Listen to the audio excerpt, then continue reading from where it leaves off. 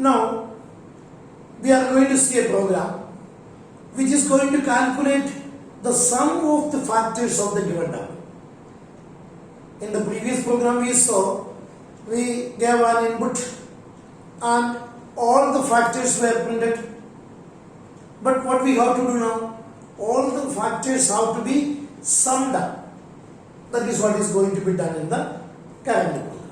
So what we have to do? One extra variable is required to store the sum. Okay. So here it is taking an input. So we will have to give the import java.udil.star. Give the class with the so and so. You may give int I for the looping sum, alright, as well as the year. We have to input the number whose factors have to be added, taken out, and the sum is to be calculated. Sum will store the sum of the factors and n will be the number. Void main. Then we have to ask for inputting a number. So we have to give the scanner is equal to so and so. Give the SOPLN statement to input the number. SOPLN enter number. We have to take a number from the user to calculate the sum of the factors. N is equal to SC dot next state. Okay, now for I equal to 1, I less than or equal to n, I plus plus. Sum of all the factors of the number. In the previous one we saw, when 12 was given, 1 to 12, we had a few factors. Those factors were 1, 2, 3, 4, 6, and then the 12. They are all to be added. Up to the end we have to add. So we gave I equal to 1, I less than equal to n. Then we give the if statement. If n can be divided by I and no remainder, we will say what? Sum is equal to sum plus I. Earlier the I was just printed. The factor was just printed. But now we have to add the sum. We have to total the sum. We have to store the sum. So sum is equal to sum plus I. If is closed. For loop is closed. So let us have a dry run over it. N is assumed to be 6. Okay. I is 1. I less than or equal to 6. N 6 modulus n. 6 modulus 1 is equal to 0. Condition is true. 1 is added to the sum which was initially is 0. You know, we studied earlier. When a variable is just declared as integer, it will have a default value 0. Since it is a global variable, it will have 0. Okay. Now, if any variation is there in your program, there can be changes. If you follow this logic, the program will keep on running. Okay. Now, what happens? The sum is added. Initially, the sum was 0. Now, what happens? I is updated. I, which was 1, became 2. Checking 2 is less than 6. Yes, condition is true. 6 modulus I, 2 is equal to 0. Is condition true. The I will be added. Again, I is incremented. I became 3. Checking whether 3 is less than 6. Okay, if 3 is less than 6, condition is true. 6 modulus 3 is equal to 0. Yes. So 3 will also be added in this. I became 4. 4 less than 6. Yes. Condition true. 6 modulus 4 is equal to 0. No. So what happened? What happens? That 4 will not be added to the sum. I became 5. 5 less than 6. Condition true. 6 divided by 5 gives a remainder equal to 0 or not? No. So this part is not executed. I incremented to 6. Checking whether 6 less than 6. False. 6 equal to 6. Yes. Coming to this statement. If 6 divided by 6 is 6 divided by 6 is equal to 0? Yes. 6 can be divided by itself. So, what will happen? The value of 6 is already getting added with that. Now we got 1 plus 2, 3, 3 plus 3, 6, 6 plus 6 is equal to 12. Okay. Then what happens? I became 7. 7 less than 6. Condition false. When condition is false, what will happen? We will come out of the current loop. We came to the next statement. Now what we have to do? We have to print the sum. The calculated sum we have to print with a message.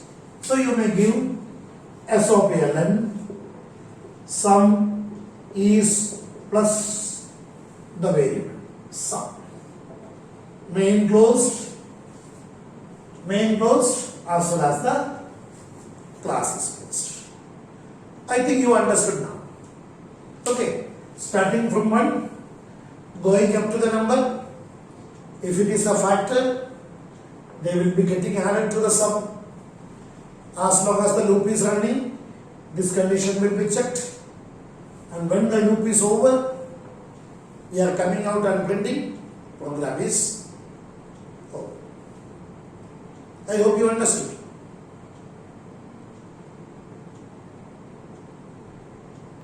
Now, we are going to have another one program, which is inputting a number and checking whether it is perfect number or not.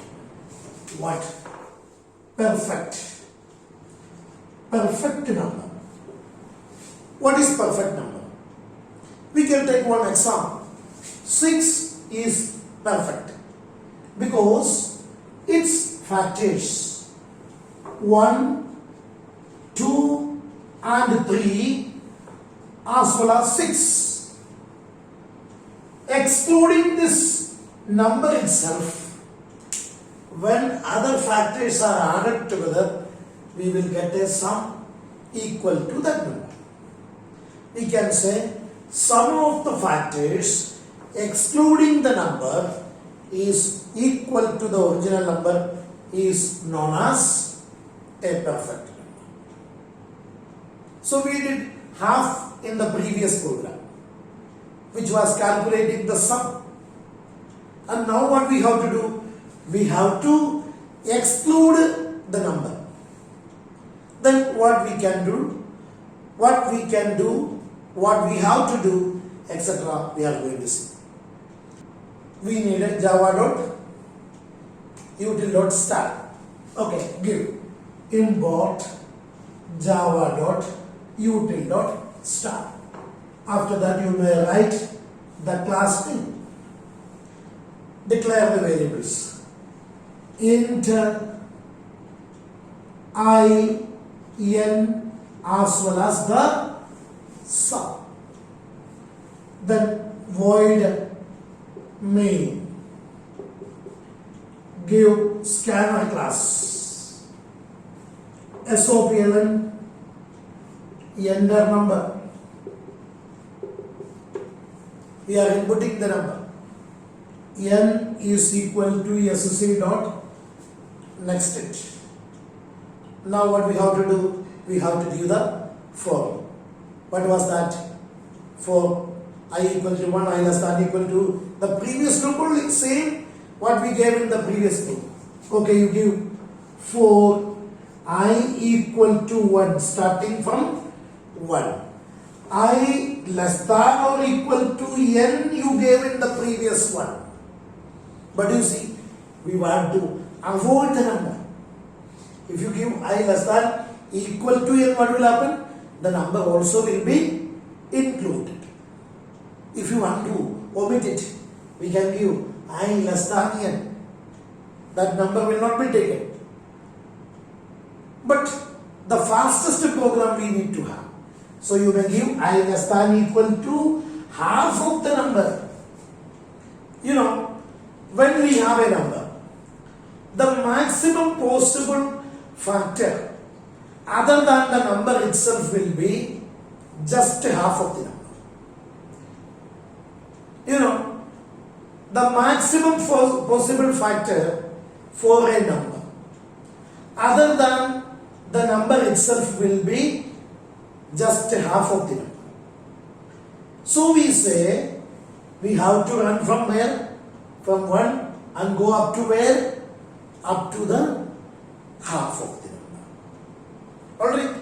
Now I plus. We have to go for next number. I think this part you understood. The maximum possible factor should be half of the number. For the 6, you see the maximum possible factor other than 6, it is 3. So I gave I less than or equal to number divided by 2. Give the condition if n modulus I is equal to 0, then sum is equal to sum plus I. If is closed, the for loop is closed. Let us see the execution.